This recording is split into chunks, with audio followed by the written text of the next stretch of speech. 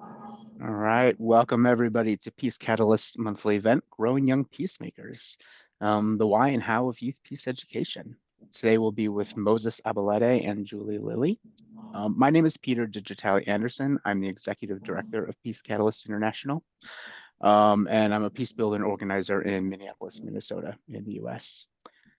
So a bit about today's conversation. Today is a conversation. Most of it will be a conversation between me and Julie and Moses, talking about youth and peace education.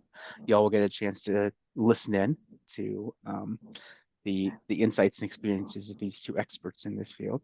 And then feel free to chime in the chat, ask questions in the chat, and then the last 20 or so minutes will be a chance to have more back and forth. Y'all can ask questions and we'll discuss that. So ask questions as they come through or save them for the end, whatever feels good to you. Yeah, and we'll finish up in about 85 minutes now. So before diving into that, if you are new to Peace Catalyst, if you've not done stuff with us before, I'd like to take just a moment to introduce you. And bring my screen back up here.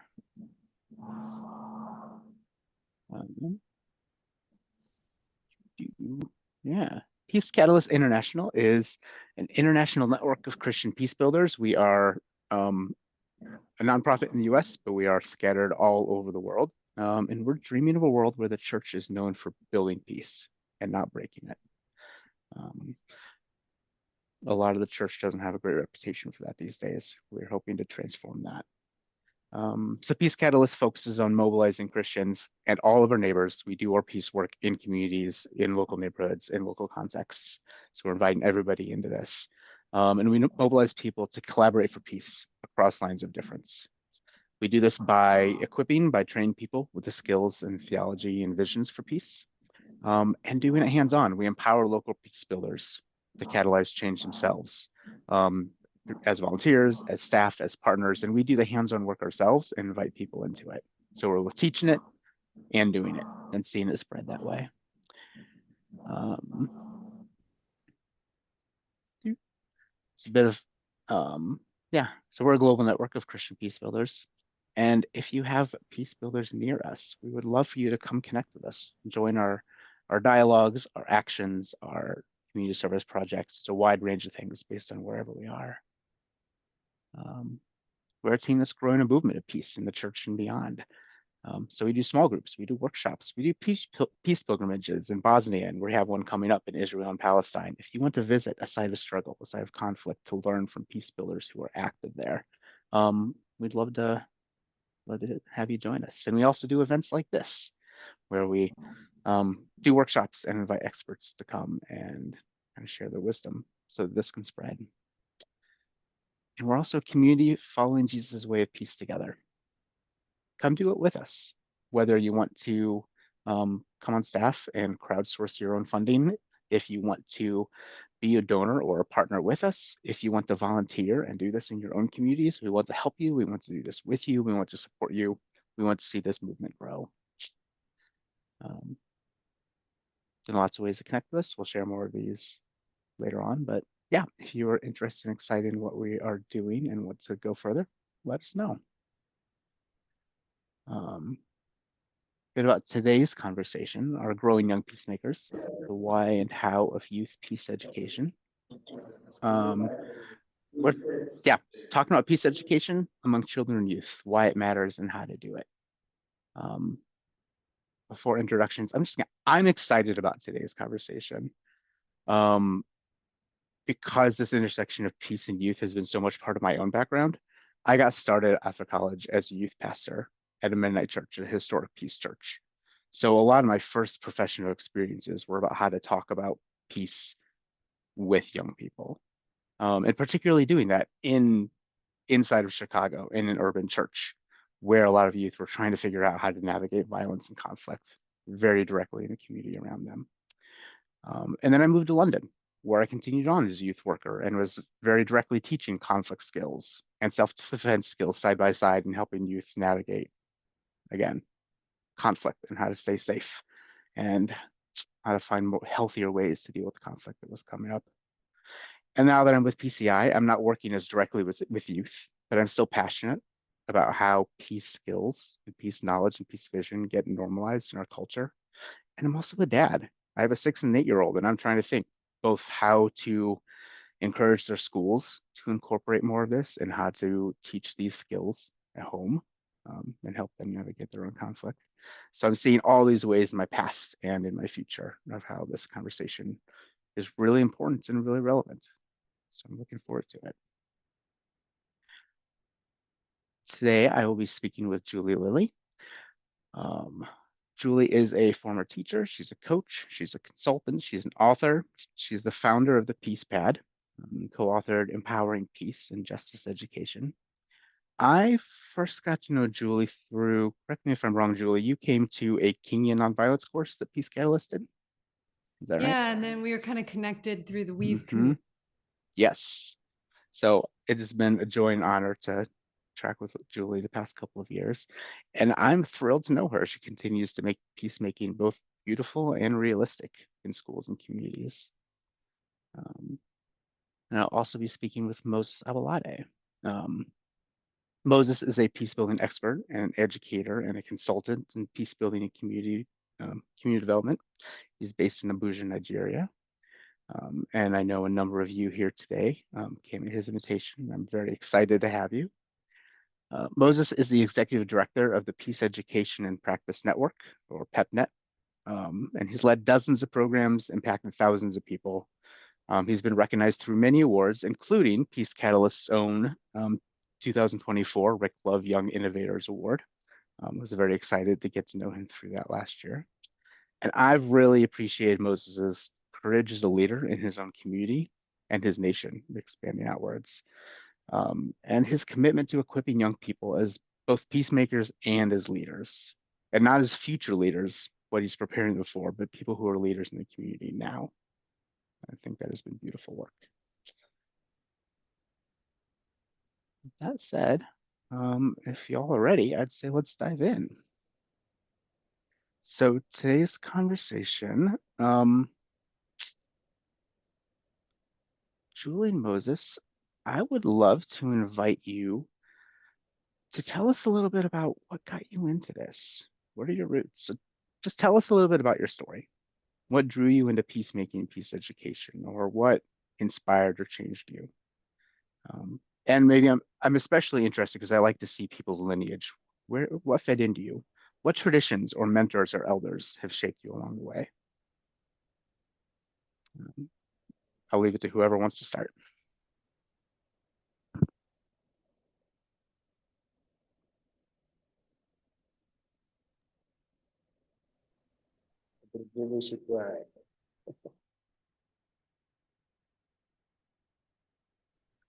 Okay, so maybe I should give it a shot. I would prefer Julie to start. By the way, this is a great honor to be here to share my experience with amazing minds across the globe about what we have been doing and how I got to this point. So in 2017, I was a teacher in a secondary school, and then Lagos State, Nigeria it's a particular volatile environment where specifically the students in that school, just like I shared on that platform today, they were a bit violent kind of student. And by the way, as a person, I also grew up in that kind of school environment where we have known for bullying. We really enjoy bullying. We make it like a price tag. I went to a high school, a community school that is more considered in Nigeria as a room for all. And at those times, people pride in bullying and they enjoy violence. So we as a people at that time, I discovered even after several years of leaving that stage and going to school, passing out to relating with other people, I realized that the chain of violence still continues. So as a teacher, coming to a school environment and seeing the trait of some of the things I passed through or the kind of setting I left 15 years ago in that same school, I felt there's a need for me to change something. We cannot continue this way, where students feel like bullying is normal. They will pride in bullying. And this is so bad because I was a victim of bullying myself. How very dangerous and erratic our bullying system was then in those community high schools. And how a lot of things still continue after 15 years of living that setting to now continue it after 15 years. I sense, no, we cannot continue this way. And again, as a teacher, I was approaching it from a level of corporal punishment. I was interested in, I want to change these people, these children by force, using a lot of kinetic method and thinking around it now. So what changed for me is that I was so concerned and I was like, no, we need to change something. We need to change the way we try to preach peace or want to change the attitude and behavior of students in a very professional. That was the word for me. I just want to be professional. I don't even know about peace building. I just want to be professional. I don't believe that it should be right that I should try to attack violence with violence, and which is outside the norm of, because Nigerian schools, we are really, the corporal punishment is part of the way we grow. It's like a norm, but I was just thinking I need to change that. And that was how the curiosity to change that behavior and attitude of children or teenagers around me started. And we started then, and in the process, I found out that I can study something related to that at the University of Ibadan in 2018. At that time, I was teaching, regular teacher, and I had my own tutorial center, and I discovered that I have not had a solution to this problem. And that was what brought me to the scene of peace and conflict studies. So where I studied at the Institute for Peace and Strategic Studies at the University of Ibadan, Nigeria. That's a premier university in Nigeria, the oldest university in Nigeria, by the way. And the experience gotten from that institution starts shaping the way I find solution to my problem of how do I correct these young ones without yelling, without violent statement, without corporal punishment, without force. And that was my journey into peace building. So when I got to University of Ibadan, I also want to survive because I couldn't run my school engagement because it's another city now. So I started selling peace books. And in the process of selling peace books to different people, I realized, and some of my colleagues are also on this call, I started selling peace books. I started giving tutorials to my colleagues who are also students of peace and conflict studies. And in the process, I discovered there are some gaps in the textbooks, even the textbooks for secondary school students I was teaching. And I think, oh, there was no human security as a component of, there was no educational element as a component of human security.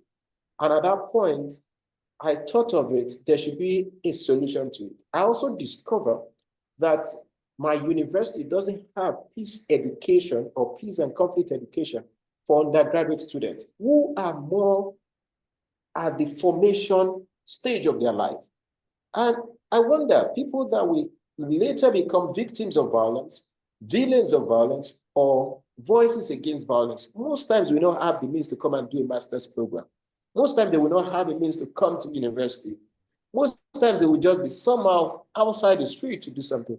And that was what really triggered, we're looking at how can we increase access to peace education? How can we change the situation of conflict situation in Nigeria? And that was how it started. PEPNET did not even start. The idea was not to be an organization.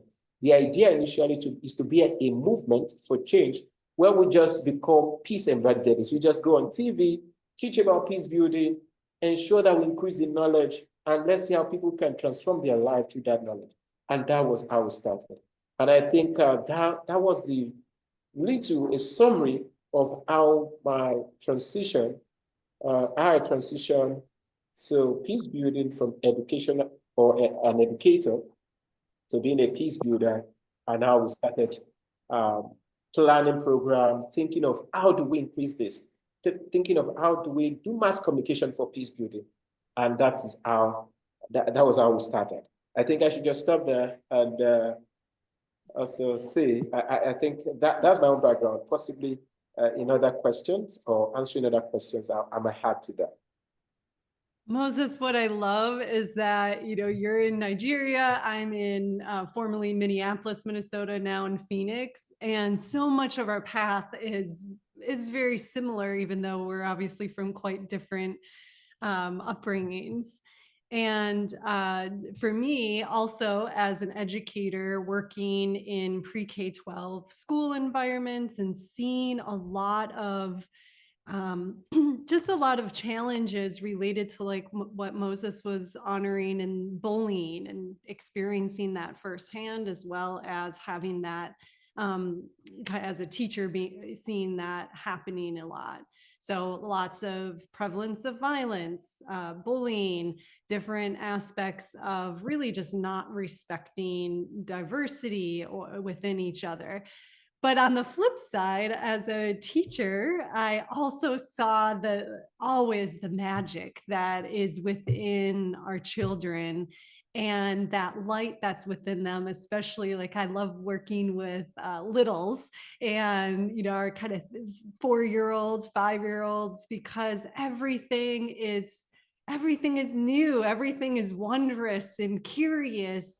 And through adultism, we cloud that a lot. And so part of what really drew me to peace education is considering certainly that there's aspects of things we're trying to stop and change, but also what's already inherent in the light of a child, and how can we foster that and keep that bright light within them and sharing that in their communities.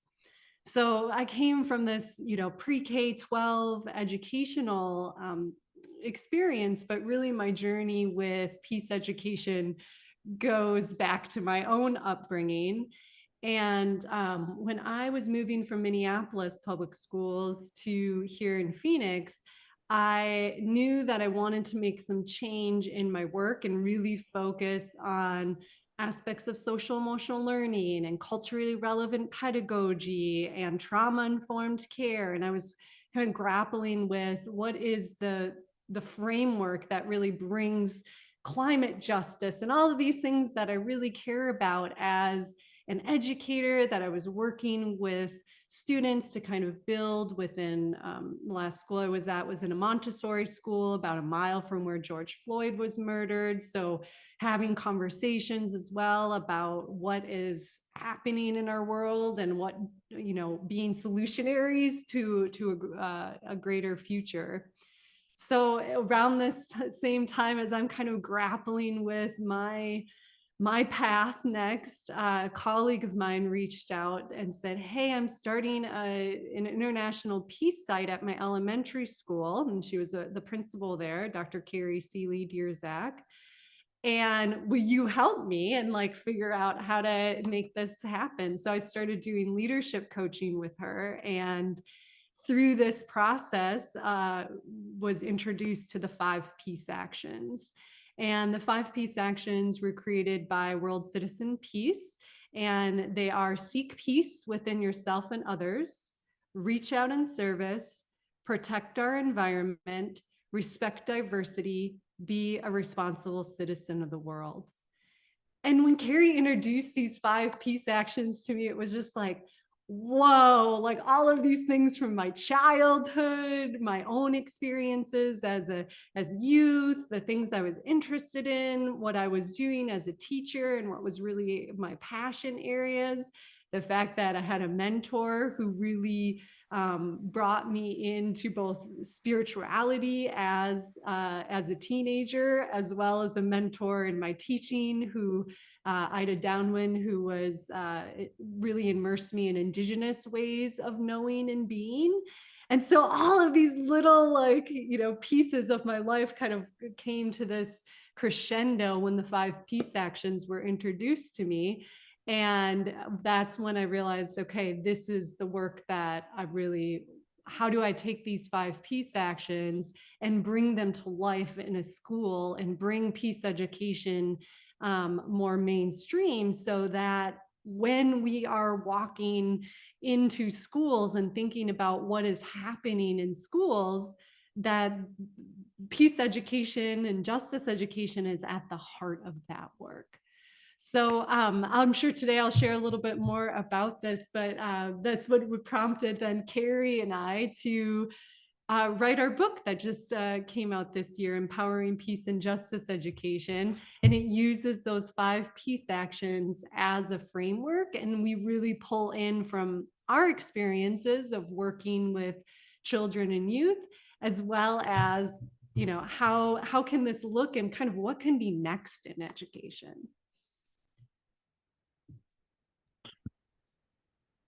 Julie, I'd actually love to dig a little bit deeper into that and bring Moses into that piece as well.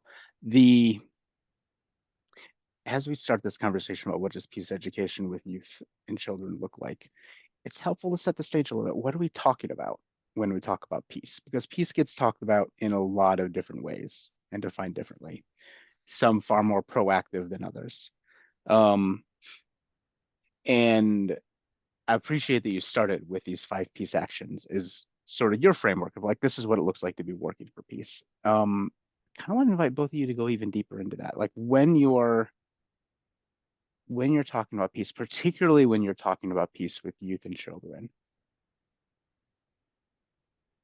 how are you describing it? What are you inviting them into? And what can youth and kids even do? Like it's one thing to paint a nice picture, but like with kids, what do these 5 points look like? And Moses, however you talk about it in your context, how are you describing peace as you're teaching youth and children about it? And what can they actually do as kids to be peacemakers now?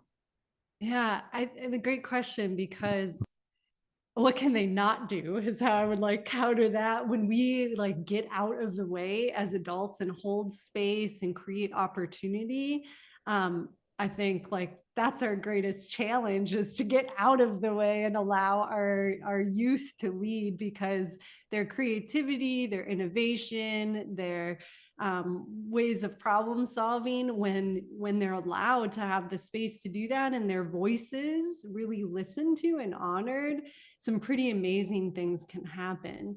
But going back to a little bit more of kind of the what and why of peace education. So definitely my work really focuses on these 5 peace actions. But what I love about the peace actions is that they both have a global language, but then a very like localized application. So for example, in a lot of like peace and justice studies historically, there's more of an emphasis on conflict resolution, conflict management, and that kind of being the way to think about peace education. And so opening that up really for me, peace and justice education, and I'm intentional about justice being part of that, and the relationship between, if we don't have justice, then the peace is either a negative peace or it's peace for one, you know, group and not for another.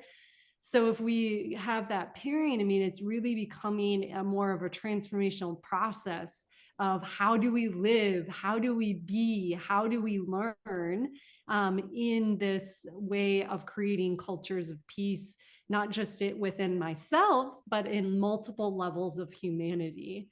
And that can go from, you know, the self level to the interpersonal level to our cultural, national, and global levels. And so when we're thinking about the goals of peace and justice education, certainly promoting attitudes, behaviors, values, knowledge systems, and skills that are supportive and complementary to sustaining and creating peace at these different levels of humanity is one of the biggest goals.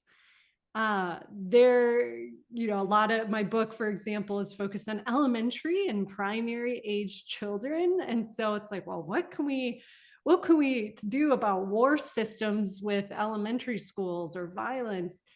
Actually, a great deal. I think part of it is that we're introducing in a scaffolded, developmentally sensitive way, language around justice, injustice. even kindergarten, pre-K child can explore an injustice that they see in their life and become then the solutionary of, okay, so you've identified that food gets thrown away in the cafeteria and so much of it goes uneaten, yet we have so many ways that food can be either brought back into our ecosystem or potentially provided to others in need. And so just a young 4 or 5-year-old is very capable of identifying injustices in their school, injustices in their community, and then being solutionaries on what can we do about that.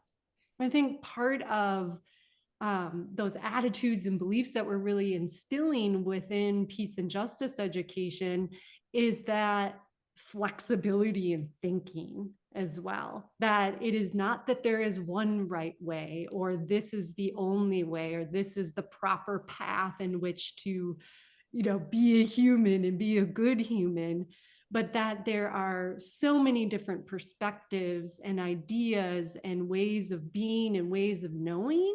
And so providing an opportunity to expose through read alouds. I have a reading specialist background, so I love bringing in language and literacy to be able to explore different cultures, different beliefs, different perspectives that ultimately contributes to a nurturing of the well-being of all life, and that who is included in all life, in my perspective, which draws on indigenous worldviews. Rock is life, tree is life, Peter is life, Moses, so how do we explore that? My book is really focused on that. We have over 100 lessons and practices for how do you take these peace actions and these peace pursuits like learning targets and put it into practice with different developmental levels. So I'll pause there because I'd love to hear Moses. Like Moses, for you, when you are thinking about like, what do we do to create cultures of peace? Like, how do you bring peace education to life in your work? Okay, thank you very much, Julie, for that. Thanks. I think my network was a bit shaky at some point, but I'm glad I'm back. So first is understanding the context we are in as humans and as we have with different people. For instance, in Nigeria, just like as I was teaching this afternoon, I was talking to some volunteers about the fact that peace to us in Nigeria, if you go to a school, for instance, the idea of what peace is so different, unlike the generic way we look at it. And despite the fact that in our own spectrum, we pay attention to peace as justice on the national level, because of Nigeria's history and African standpoint, based on our context over time, we pay attention. And thanks to Julie thank you for sharing the part around justice. Justice is a universal concern. However, in the African sense, it's deeper because most of the communities have historical content or attachment to some things that they really don't really get to appreciate most times. And so sometimes getting to that root cause, those root causes around justice, around security and development, define peace on the national scale. However, when we are going deeper, when we go to schools, I work with secondary school more, which is high school in different parlance. Sometimes when we get to schools to do most of our project and we ask a child, what is peace to you? You start hearing things like peace is money, peace is peace of mind, peace is food on our table. Peace is the fact that we can sleep without nobody disturbing us. So that is in our context, and we must respect those ideas from these young ones, because that's how they see peace. And that is why we have a peace manual, which I'm also holding right now, the Peace Education for Secondary School Manual. This particular work went through more than 12 stages of editing and reworking and all that, because when we go to the school, the understanding of these young ones totally differs from what we presume as scholars as peace. So we need to integrate their knowledge of peace to what we think peace is. And because it must be done in the context of the learner and not just in the sense of the scholarship or the high-level conversations. So peace to people around here really relates more with human security concerns. And when we are dealing with human security, we are saying freedom from fear, freedom from want, and freedom to live in dignity. Now, that is to say that it's not just, people are not looking at it from the absence of war now alone. They are looking at it from the presence of justice, security, and development. So the security pay more prominent. Based on our own research, our own work with people on ground, people really are concerned with human security dimension of peace in our whole research for these years.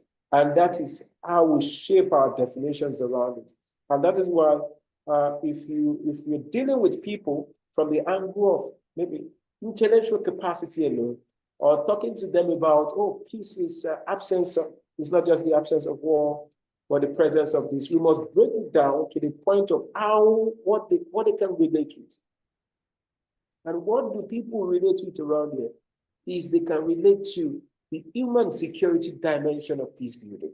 And we must also integrate that. And that's what we have been doing in the peace work. So when we go to school, we're very concerned we are concerned about livelihood and how those children can relate with what we're saying, because after our own definition, we must be open enough and very, very sensitive enough to bring in their perspective into our own perspective and ensure that we integrate those realities together.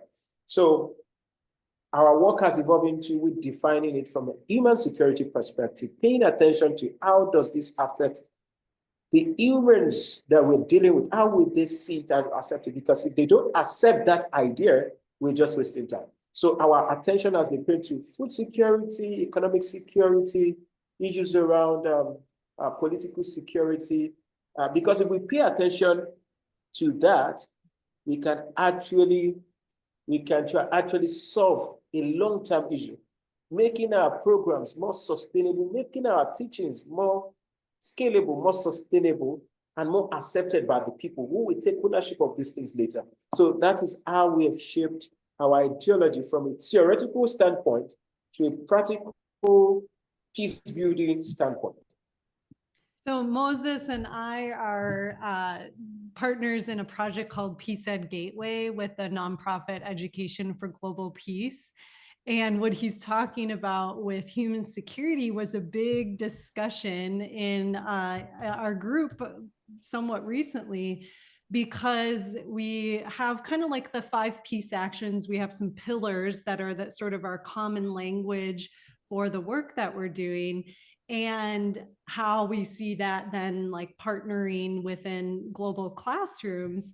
And we realized in our first draft that human security and what Moses is speaking to wasn't really explicitly named in any of these. And so we were like, whoa, how did we miss that aspect? But then as we were discussing it, it's within all of those 5 peace actions or these pillars of what really peace education is made up of.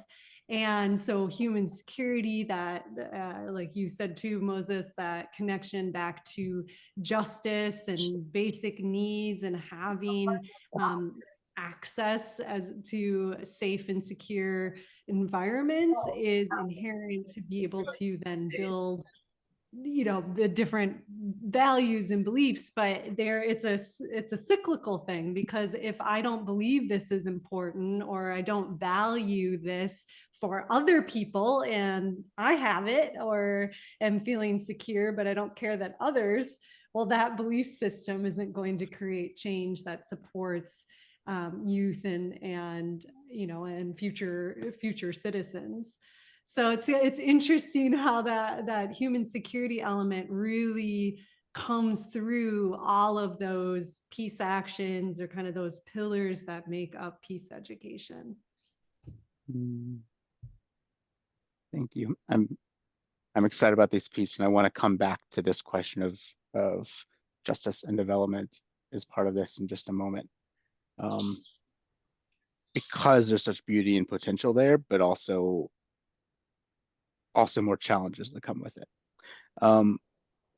Before getting into that, though, I want to take a moment and step down from the high level abstract conversation, and give the both of you a chance to paint a little bit of a picture. Like, what does this actually look like on the ground? We're talking about all these ideas and frameworks, and it's beautiful, like necessary for the work that we're doing. But do you have like a story or two that really inspires you or encompasses the change you're trying to see happen? What does this actually look like when you're doing this? I can Please, can you start. come again? I lost you. Okay. Yeah.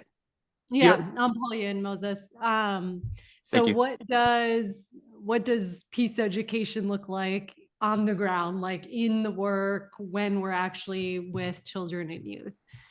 One, I think the beauty of it is that there's not just one way. And that's why I also love the peace actions, because if we take like protect our environment, well, gosh, there's a lot of different ways we can explore what does it mean to protect our environment.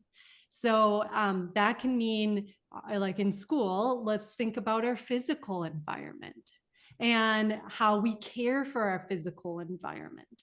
So it can be like things that are already happening in schools, but now we're putting some intentional language to make this connection of, oh, okay, so when we make sure that our space is clean and orderly, and that we're organizing our library, that's protecting our environment. But then we can take that even further. And again, I love to bring in like language and literacy in particular, because that's my love and background. But there are so many great picture books, for example, in our book, and also have some free lesson plans that I'll tag in the chat here in a moment. But taking a children's book and then exploring that peace action more deeply. So I think like one area in an environment that needs even more focus always is around water, especially here in Arizona. Like we have more and more drought, more and more access issues to water. We're running out of water. But then, you know, we also have a luxury of I turn on my tap and can run water seemingly like it never is going to end. Whereas there are many people, Moses, I know in your communities as well, that like access to some resources are quite different than here in the United States. So I think about, you know, like a young peace builder in Flint, Michigan, who's exploring access to clean water that doesn't happen in Flint. So turning these lessons where we're reading about characters, all of the things that teachers already do, we're looking at character development, we're thinking about plot and storyline. So all of these standards-based learning, but now how are we exploring that? And with that intentional language of protect our environment. I'll give you one other example, and then I'll hand it over to you, Moses. Peace, I kind of mentioned like the young lady in Flint, and really being exposed to and seeking out within the community, as well as like greater known peacemakers, I think is really important. There's so many models of who is a peacemaker? What do they do? How are they a peacemaker? And that could be a parent who is like teaches breath work and something she's really passionate about. And so, so how do we seek peace within ourselves? Then we learn strategies to support our regulation and to find our sense of inner peace. And maybe there's somebody in our community that can also, you know, share and highlight that. So many of these peacemakers, Moses is actually a peacemaker in practice in our book, kind of speaking to seeking peace with others. But there's a lot of different people around the world, as well as historically, that we can really lift up, both in literature and in actual in person, to have models of peace building, nonviolence, and all of these peace actions. So I'll drop in the chat on my website. I have a couple of free lesson plans and resources, digital slides. So please feel free to share those as well. There's a list of peacemakers there. And there's like some more concrete examples of like a strategy: pause, breathe, notice, act, for seeking peace within yourself and supporting regulation. Peace circles, which have long been used in indigenous ways of knowing, to resolve conflict, to promote healing, to problem solve. And then also a really fun lesson around the great peacemakers. And the great peacemakers, the Haudenosaunee, were the original democracy of North America. And so you learning about those peacemakers and then creating within your classroom, co-creating a democratic classroom where children's voices are just as important as the adult who's guiding and teaching, and that are truly valued and honored. So that's just like a couple of examples, but there's just such a plethora of ways and practices that complement peace education. And what I would recommend, if you're kind of beginning this work, is, look at the 5 peace actions and think about what resonates for you.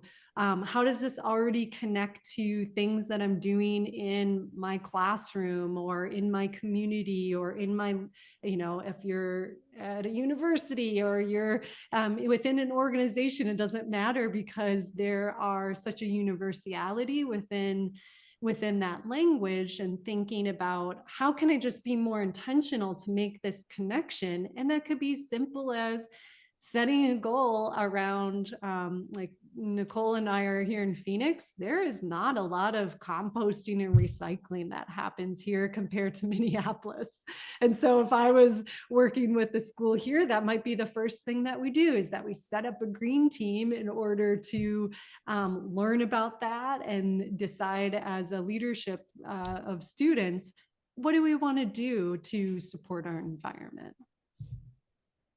So yeah, Moses, how about you? What are some more concrete pieces that you could offer for what peace education looks like? Okay, thank you very much, Julie.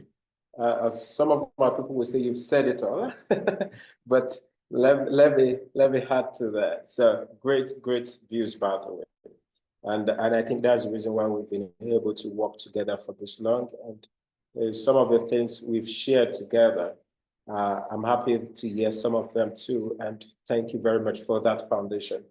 So in Nigerian context, I will just add a bit of context from this part of the world to it, is that peace education itself needs to start from understanding who the person is from itself, and understanding how our nature translates into where we are, dealing with what constitutes human as a person, what determine the kind of information experiences we have, the level of information we have, the kind of embodiment, where are we from? So understanding that biological factor in alignment with our natural tendencies, the level of information, the kind of experiences we're exposed to, helping the child understand that personality of where they are coming from will really help in understanding how they express either violence,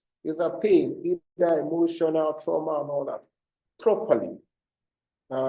So when we start by dealing with self, it will be easy to take them from where they are to issues around empathy, to issues around how do you now relate with concerns that are beyond you, that you cannot deal with. How do you deal with your internal strength, internal weaknesses? How do you change? How do you harness your opportunities for positive stuff? How do you mitigate your threats that you cannot control over? You're born in this part of the world. How do you mitigate properly that you don't become the things you detest? So dealing with self, which has to do with self-awareness, is where most of my own work always come from. So if we can deal with the self properly, unraveling some emotional issues, through storytelling, which is the way we start most of our engagement. If we have a participant less than 30, we try, or less than 15, we try to get into these people.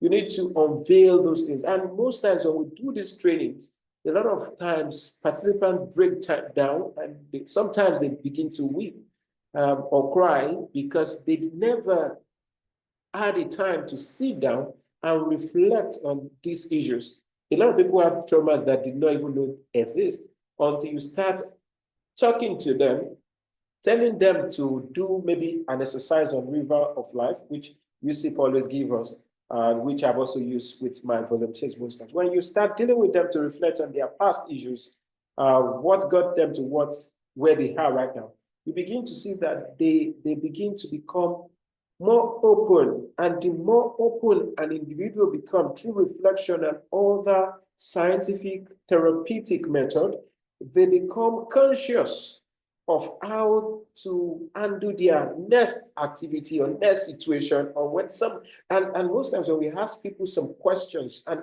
that's also important part. Our work on ground here, which I've also discovered that really help, is looking at using questioning and curiosity to ensure that people reveal things they would not have revealed in the normal instance, and making the space so safe that they can unveil that, help us to deal with self. So when people are sure of their self, they can deal with other aspects of peace education. So dealing with self is the first place to start. When we start with that, then we now deal with them and other people. Now, when they understand themselves, okay. Moses, before you go on, I just want to connect to that point because I think that's so important. Okay.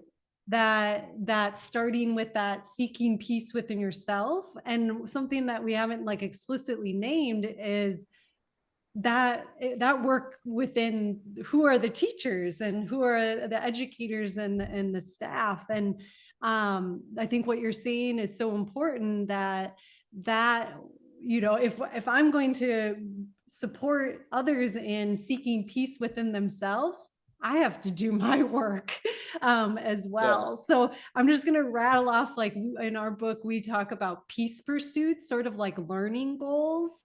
And this is what I would love to see education change as, just to give you a little more context to what Moses is speaking of, like identifying my emotions, exploring their messages, using strategies to calm myself, recognizing values, needs, and wants, and how that impacts my behavior. And then this is, I think, one of the biggest ones is feeling empowered, that as I learn and grow, my opinions, ideas, and understanding of myself and the world might change. So if as part of that inner peace, like having a sense of hope for the future and having awareness of what makes me, asking those questions of like, who am I? Why am I here? What is life? What is not life? It's all part of that. Yeah, so let me just build up on that. So when the self-awareness is well taken care of, people start taking actions and start understanding how to really deal with the next person. And from that, we can now engage at the communal level. So for instance, in the school, where bullying has been a major thing, when all of them begin to become self-conscious and self-aware of where they are coming from, how they are, why the value placed on themselves, they will start placing value on other people. And when we start letting them see themselves in a good light, they will start seeing other people in a good light. And it takes time, it's a lot of process, and I've worked with several schools that have made that happen. And even as a teacher then, I deal with other, I made it a major part of my transitioning into peace building to look at myself as a teacher for 1 year, and I promised myself I will not use corporal punishment. I will use other alternative to settle dispute between my students, to engage them, and it worked. So that experience in Ibadan then really showed me that this method can work. And also then I can now teach it to other people. So it's worked. I've used it without corporal punishment, then using different alternative methods to deal between students, but first teaching them to understand themselves and also channeling those energy. Children, as they have energy, most times the issues around complexities, superiority complex, which is the reason why most of them get involved in those conflict situations. We need to deal with those roots by properly communicating what they are to them. So when they understand who they are and they understand why they are actually either complexity, either product of fear, either product of anger, those three major things are the things that we discover in some of the work and research I did as a teacher. I discovered that is either a child is being angry, which is also a root cause to an action in the past, that if we start counseling and we start that work, we'll discover that root cause. So if we can discover that and we can put it in the right perspective for them to see, you will start seeing changes in the life of the student. And content is important. Creating content helps us to create something long-term, even if we are not in these schools at all time. But when you can create content that can be there, that is relatable to them, that they can feel like, oh, I'm connected to this content. Because, for instance, Nigerians, currently we are very good with entertainment and all that. If we can create content that can integrate what we think and hope to make that change, the change of attitude and behavior to happen, if we can integrate this content into what they are already exposed to, that will always create a bigger form of change. And that's what we have been working on, either through tests, either through audio, either through a lot of platforms that we can get into. But we must get the content right by ensuring that start from self, translating of how they can see themselves better and how they should start seeing other people. And that will now build the respect and peace building, because in this manual, I try to, in the arrangement, after introducing students to peace, self-awareness and all that, we have to introduce them to issues around nonviolent communication and other. We have to now introduce them to respect and peace building. It's a major thing in Nigeria, which I know is also prevalent in other places. Understanding the context of respect.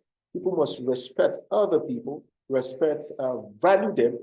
However, the other thing that is important in Nigerian context is active listening. That's a major thing we really lack. Yeah, which I think, because it's built into every other thing.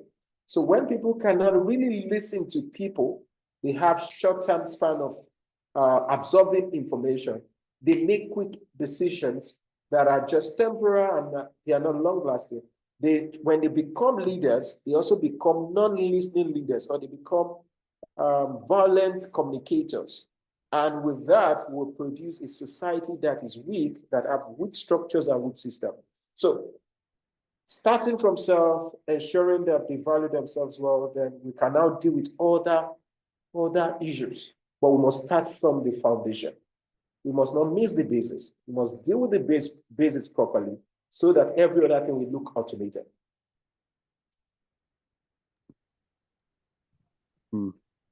So I think that's where we stop for now.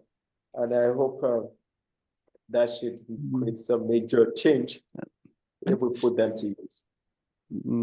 Thank you. Those are both great pictures of what this actually looks like in the process for doing that. I'm going to see if I can get to 2 more questions here before we open it up for questions to everybody else, but we'll see how that goes. I want to come back to the question of justice, the 2 of you were talking about earlier. At least in my experience in the US, it can sometimes be difficult to persuade schools or community groups that it is worth setting aside time to talk about peace in general, peace and conflict. And that, yeah, schools know that, of course, they want kids to figure out how to get along, but like investing in the social and emotional side of stuff um, can sometimes be hard to persuade a school to invest resources into. And then when you add in the layer of justice and actual change, and it's not just, oh, we want to teach kids how to get along, but like we want to teach kids how to change your school and to change your city. Change is threatening. Justice is a more controversial topic. Um, so I can imagine both in the US and in Nigeria that as you're trying to implement these and you're trying to persuade people to make space for it in schools and invest in it, um, you can face resistance, either overt resistance trying to shut you down or just resistance to the idea of it being useful. Um, what's that look like? How do you overcome that? Do you face it? Am I making this up? You are not making it up, and I think we can see it in the executive order against diversity, equity, and inclusion, and climate justice, and LGBTQ communities. So I think it's even more pressing need for us to come to a place of understanding. In our book, we actually have a whole section that's like a Q&A style that goes right to this, because we know that there will be resistances to peace and justice education, especially, and we were intentional that justice is part of that. We're not going to gloss over that. So yeah, I mean, it's a really a very big issue, especially with our current administration and a lot of the changes happening that we're seeing that are affecting companies to schools to universities, and really the freedom to learn. And that's really like where I would go back to, is that we all have the freedom to learn, the freedom to be. And as part of that, that means that there isn't an indoctrination of there's only one way or one thought or one voice that we want to hear here. And the peace action, respect diversity, I think it really encompasses that. Like, you could approach respect diversity from like a very like white colonist view of respect diversity in the level of like, we just need to tolerate each other. And I would really suggest that we move beyond tolerance into really listening to, Moses spoke about active listening and empathy and compassion. Those fostering that is how we are able to understand that people have different experiences. And all of us in this room right now, we're having a shared experience, but we're all having our own unique experience of what we're taking in, how it resonates with our beliefs and experiences, what we're going to do with what we've heard and been thinking about through this conversation. And so imagine if, as a way of what is really the purpose of schooling and what happens in schooling as a foundation, what if it was creating that flexibility in thinking that it's like, yeah, Peter and Moses and I are talking, but we all have different perspectives. We all have different beliefs, different experiences that are impacting how then we think and approach things. And I respect that, because we can actively engage with each other. We can challenge each other, and doing that in a way that moves into more of like a brave space than a let's uphold the status quo, or let's not talk about it if we can't get along. I think that's where we move out of kind of this safe space, and who is this really safe for, often upholds injustice, whereas a brave space helps interrupt and also creates like that opening for this dialogue. So, I mean, yeah, this is a big topic. I'll pause there to invite Moses in here to share his perspective as well. But yeah, there's a lot we could talk about here. Thanks, Julie. How about you, Moses? What kind of resistance do you face and how do you work through that? Okay, but for now, I think when it comes to national, we'll be looking at it from the angle of how receptive people are when we're dealing with narratives. And because there are a lot of narratives around where we are coming from as a nation and what we have been up to for a while. And that is why justice is very integral to how we define peace in the Nigerian context. And I tell people we don't pay, we intentionally, for PepNet and other organizations, that we pay attention to the root causes of violence, which they are more into issues around injustice. We believe that when people see themselves to be fairly treated, they will come together.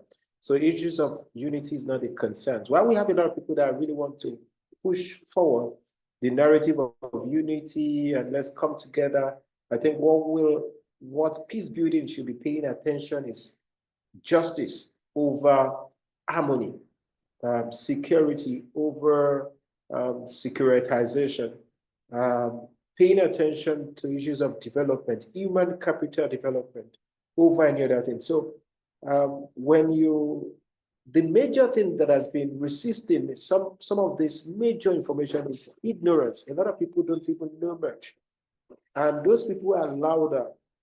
Few people that have a lot of resourceful work to do have little resources and, so to say, popularity about what they're given.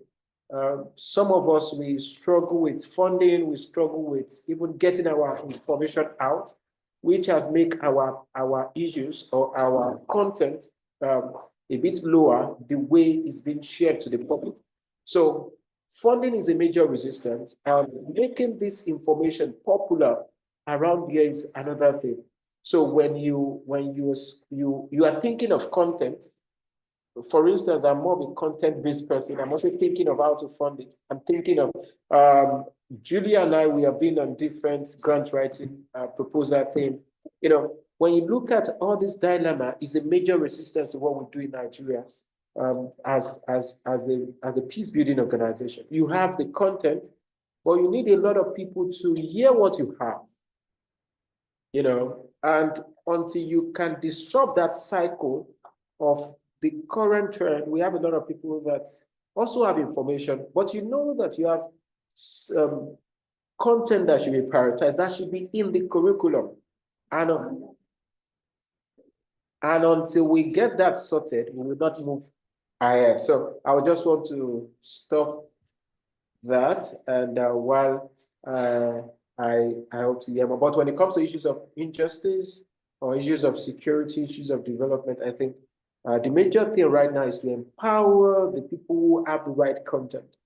We really need empowerment so that we can be in the face of a lot of people. I tell people the problem of tackling misinformation or wrong education is by presenting the right information to the face of more people.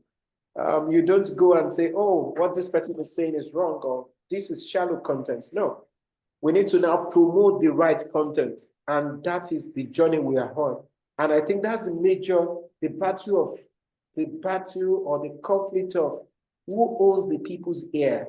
When the wrong people or the people who have little or no content have the wealth to publish a lot of material, to be on the internet, to show a lot of things, then that's a major resistance we have. Because they have shallow content, but at the same time, they have more resources to push their content, and they are perceived to be the right speakers or right minds, and that's a problem. So we must look at that. The other thing is we must see how we can integrate our content in institutions, not just as an organization. We must see how we can infuse these things in existing institutions. Like PepNet manual, we're trying to see how we can integrate it into the curriculum, dealing with federal government and the Ministry of Education and all that. We've been on it for close to a year with little or no major achievement, but we hope that a lot of things will come very soon when we keep pushing, and when we have a lot of resources, to also push all these logistics easily. So I think those are the major resistors. We have good content, we have great minds who can make it work. We just need a lot of capacity, resources to make it work. Thank you. Yeah, Moses, I really agree with you that too. Like you think about schooling or learning and teaching, that happens in formal settings, like your school setting, but it happens in informal ways as well. And so I think as part of a culturally affirming system that it'd be great to move towards, that includes families and communities being engaged more deeply in this process, because we all, anybody over 18 in the United States is for the most part eligible to vote. And what that then has an impact on what happens with all of our children in schools, as well as those informal settings. So like the family and community connections, to give you like a more concrete an idea there, be a responsible citizen of the world, that peace action. So with families and inviting in community members, that one would be, you could have an opportunity. Let's explore, what does global citizenship mean? And really, and then having discussions about individualism as well as collectivism. And like a lot of our families and community members and people of the global majority, so non-white folks, have cultures that are more collectivist cultures traditionally. And so being able to kind of hear that and mix that, as well as in the United States, we're pretty rooted in individualism. And there's pros and cons to both of those, but having those discussions within family and community, and then how does this look at the school setting with our children, also exploring these concepts and ideas in developmentally sensitive ways. Thank you. There was a lot of, yeah, a lot of thought of starting places, which is actually kind of where I want to go with this last question. That I like to end these conversations on a tangible next step or something people can do. So we got a lot of folks here from the US, and we got a lot of folks, seems like there's a number of people here that Moses has brought in from Nigeria. And I know, looking at the names, there are several people that are in between. I'm sure there are at least some teachers or professional educators on this call, but there's also a lot of people who are parents or work in the community in other ways, or they're just interested in this topic. What advice would you give to me? I don't work in a school. I've never worked in a school. My school does not have, at least in the moment, is not putting resources towards this. It does not have the culture of peace building in it that would make this so much easier. I'm a parent of a 6 and 8-year-old, and I would like to see in my family, in my community, in my kids' school, them start taking steps towards having a peace culture. Where would you recommend I start? And speak to your own context. Julie, speak to a parent in America. Moses, speak to someone who's in Nigeria. Where would I start as a parent? I think the 5 peace actions are a great place to start. And I'll drop in the chat, World Citizen, who created the 5 peace actions, also has a pathway of becoming an international peace site. And that, and like maybe the school isn't ready for that, but the conversation can be started, and started with, hey, bringing to a PTA meeting or PTO and having family engagement events that, hey, as an invested community member, I'd like to talk about how this already complements things that are happening in the school, because it certainly does. It's not that this isn't happening at all in schools. Every teacher who teaches elementary school teaches 5,000 ways to resolve conflict, because it happens all the time. But are we intentional, and even in some ways systemically thinking about how we need to make space for that, so that it isn't this ongoing thing that we have this conflict and it's never really resolved because we never get to the root of it. So it might be through a couple ways. It could be through identifying, here's how we already connect with the 5 peace actions from what I've seen in my child's work, from what's been provided in principal updates, things like that. And so it would be a great place to become an international peace site. But it also could be, here are some problems that my child has shared with me, or that an injustice that we've observed in this community. And so really starting wherever you are and building on and like empowering what already is in place, and then identifying maybe 1 or 2 areas that we really want to go deeper with, and connecting those with the 5 peace actions, I think really provides a powerful, framework, but a powerful language in which to discuss our values, and as well as areas for growth or kind of interrupting that injustice. Thanks, Julie. How about you, Moses? If I was a parent in Nigeria and I wanted my community or my school to be talking and teaching peace more, where would you suggest I start?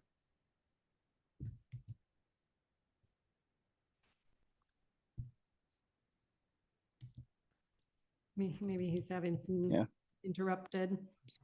I'll jump in the chat to the information about peace sites, and just to consider, it's not just for schools. Like it could be, is Peace Catalyst International a peace site, or like it could be your workplace, because it's just about that kind of declaration of intention of the 5 peace actions are important to our organization, and we want to explore them more deeply. Moses, did you hear my question? Yes, but can you just rephrase Okay.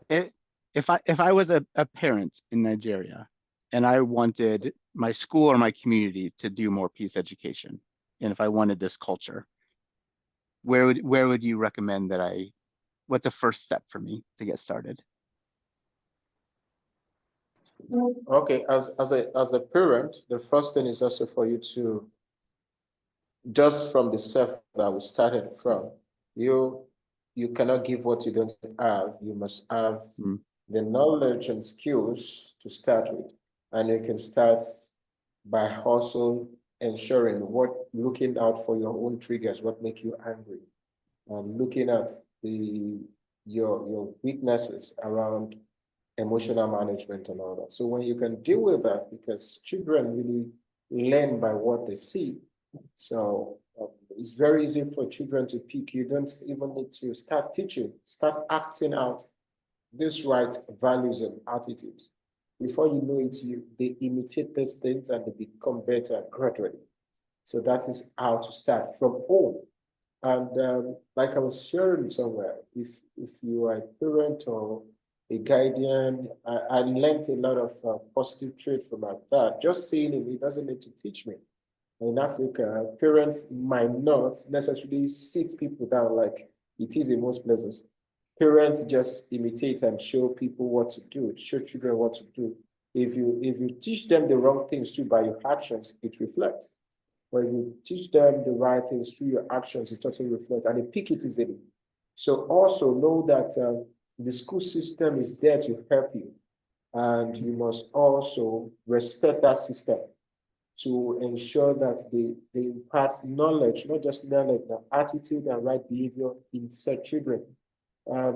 We have had a series of shenanigans from parents going to schools around here to accuse teachers of cautioning them or trying to correct them in a particular way, which is not the norm.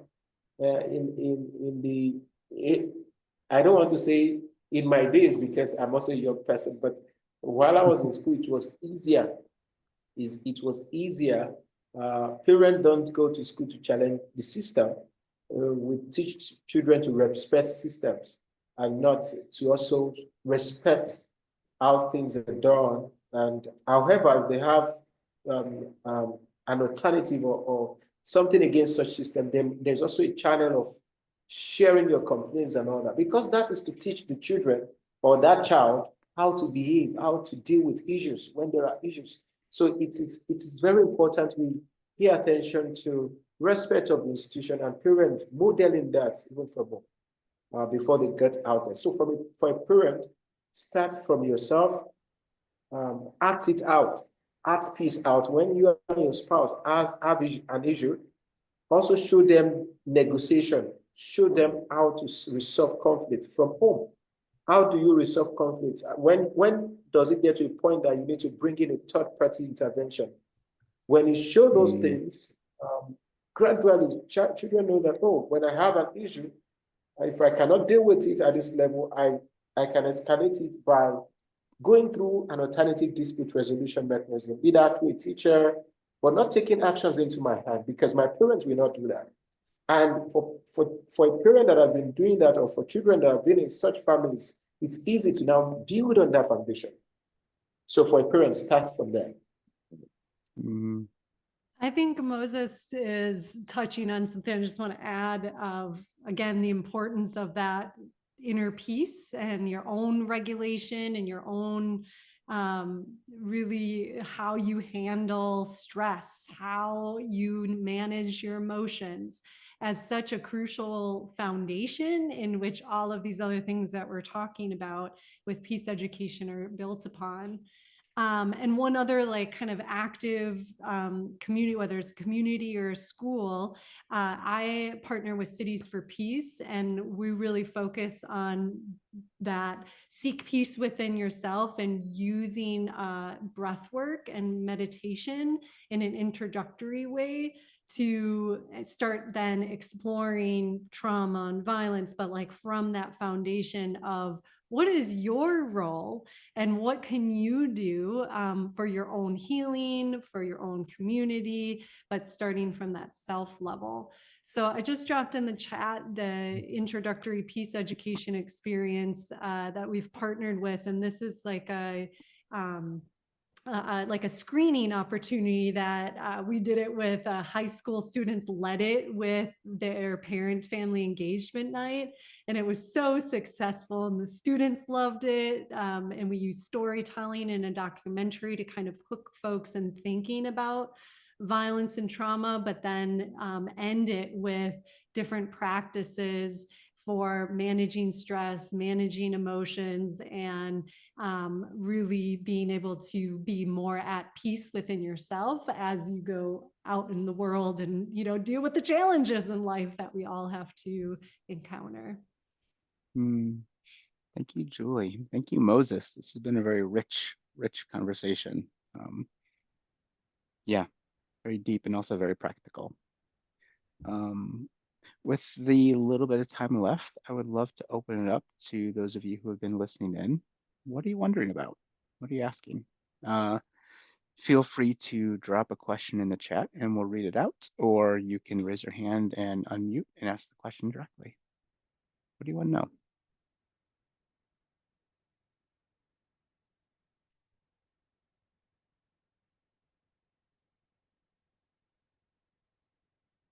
Karen. Yes, Julie, Moses, thank you so much. It's great to see you, Julie, again. And I just want to say I'm thrilled to hear about the impact of the 5 peace actions. I'm in board chair of World Citizen Peace, so it's just such a great way to think about more broadly how these 5 peace actions are impacting around the world. But as I'm listening and I'm sort of this frustration, I feel that young children do have a real sense of justice, that they come with this sense of reaching out to others too, even though we need as parents and adults to help channel and to help create that culture. What I'm thinking about is that peace education just seems that it is outside of teacher education at the university level, at the certification level, and is given what's happening in the US, which Julie touched on, but do you think, Julie and Moses, is there, or do you foresee how peace education can actually be embedded in teacher education at the core level? Or are we always going to be, that bringing peace education from the outside in? Great question, Karen, and definitely, and Karen and I know each other, and she knows like this is sort of mission I have tasked myself with, because absolutely, if the aspects of peace education we're speaking to are always an add-on, always, oh, this one teacher is interested, or this one school wants to bring this in, will real change happen? Will peace education really be able to be embedded in our ways of learning and ways of being? So how do we mainstream peace education so that it is part of schooling? I think it does begin at our teacher preparation, but also as part of, every state has standards and curriculum standards. And so, for example, in Minnesota, they took for language arts the Common Core language arts standards, but then Minnesota them by adding a lot of reference to Dakota and Ojibwe. There's a lot more prevalence of upholding the indigenous language and land and knowledges.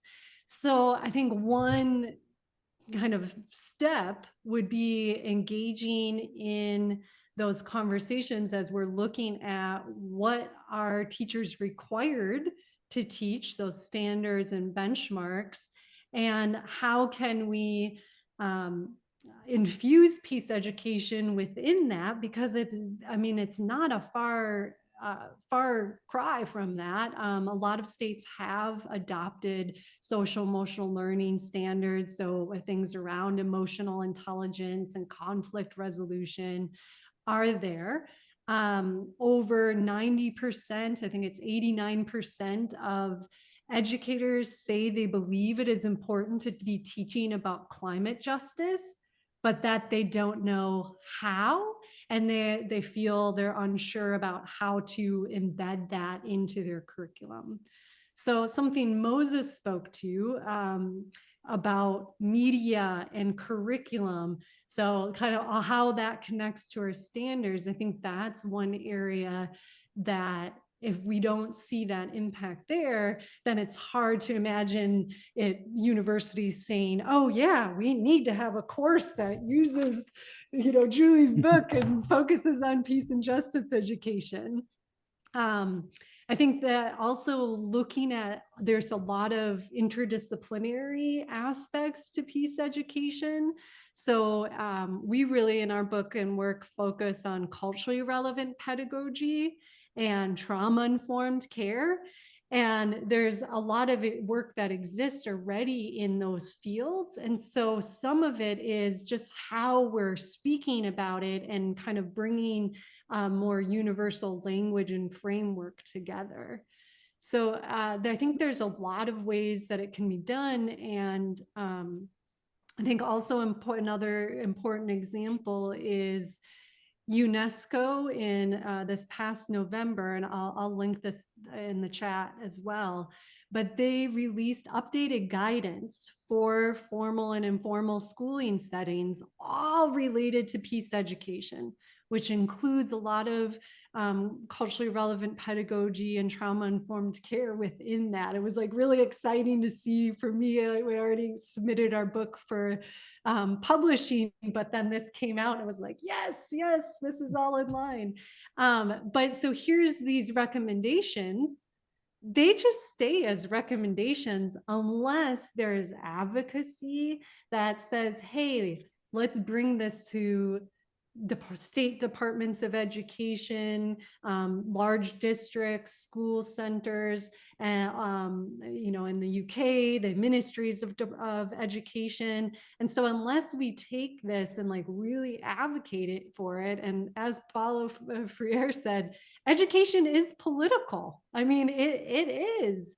We can't really, tiptoe around that so much. So we have to also advocate at our political levels for these types of changes and inclusion in curriculum standards, how we do business as a school. Mhm. It's really, Thank you. looks like Moses may have been disconnected. Julie, do you have a minute for one more question if there is one? Yeah, And we'll absolutely. wrap up. All right. Anyone have one last question for Julie? Or Hello, all. I have hello. a comment actually, and I think you guys are right on with a lot of your addressing this situation. My name is Pete Rogina. I work with an organization that I founded in 2020 called Project Peace Lights. Peace Lights behind me is just a symbol of peace from around the world. But I'm working specifically with the African Union. And there's a big advantage in Africa over the U.S. Julie, you touched on important stuff. And Peter, also in your question, what should I do as a parent, and the issue here in the U.S. is, like you say, Julie, there are 20,000 school boards, and at the end of the day, the decision for curriculum resides in those school boards. In Africa, there's the African Union, which represents 55 countries, right? 1.4 billion people plus the diaspora, right? And they have a 50-year plan. And the fourth aspiration in that 50-year plan of 7 is for a peaceful and secure Africa. And they have words that say a culture of peace and tolerance shall be nurtured in Africa's children and youth through peace education. Now, the African Union, turns out they can't get their arms around it because it's just too big of a political issue. They can't even agree on what the process is within 55 states to 55 countries to even define peace education. So this is something that was, I was coached by ambassadors and leaders and royals and stuff like that this is better facilitated from the outside. In my opinion, if you really want to have the impact in places like the United States, you have to do everything that you guys are doing. And kudos for going up to state levels and trying to impact as many school districts as possible. But there and in the context of what's going on today with issues around the Department of Education up at a federal level and so on, it just makes the whole situation more difficult. So it has to be a couple-pronged approach. One, certainly grassroots up to the state level, but there has to be some movement in a coordinated fashion to get the attention of the country to push for countrywide standards around education, specifically as it relates to peace education, much like we're doing in Africa. I should mention that when this all started, Moses was the very first person to raise his hand and said, Pete, I heard what you're working on. I'd like to, and I'm passionate about it. I'd like to be the coordinator for the activities in Nigeria. So we're now in 30 countries right now with endorsements from ministries of education, from ministry offices of prime minister and so on. And that is seeming to get traction. I wonder if there's a way to make that happen here in the U.S. in a kind of analogous way. Because I'll tell you, Africa almost seems like an easier target. 1.4 billion people, a more impactful worldwide target than the U.S. right now, just because of the situation. But again, I applaud and fully support everything you guys are doing, and any way we can help, please let us know. Thank you so much. And yeah, we'll be sending out a follow-up email with a lot of links from the chat. If you haven't put a link to Peace Lights in the chat, go ahead and do that. I'd love to continue to share the work. And Also, Julie, Peter dropped in the Yeah. sustainable development goals, and just to kind of connect that, like I think that the common language already exists within the United Nations Sustainable Development Goals. And so when we think about, there's no need to kind of recreate the wheel, and then that allows for that G-localization of saying, okay, life on land, what's important within our community, because those already include a lot of the aspects of peace and justice education within those UN Sustainable Development Goals. And those are SDG number 4, education, number 16, just and peaceful society organizations, and number 17, partnerships. So for sure, the African Union has their own separate and distinct Agenda 2063, their 50-year plan. All right, thanks. Thank you. Thank you very much. Julie, no pressure, but I would love to invite you if you have a last parting word. You're welcome to have the last word.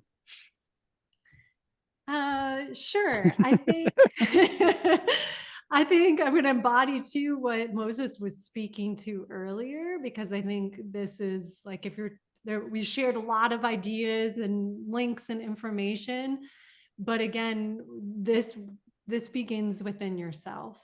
And so if you take one thing from our conversation today, it's taking that peace action to seek peace within yourself, and what that means for you. There's lots of different ways and paths to do that. And then from that grounded, from that regulated place, then, look at what is one peace action I can take. Maybe I want to set up I'll plug a screening of Be the Change in my community.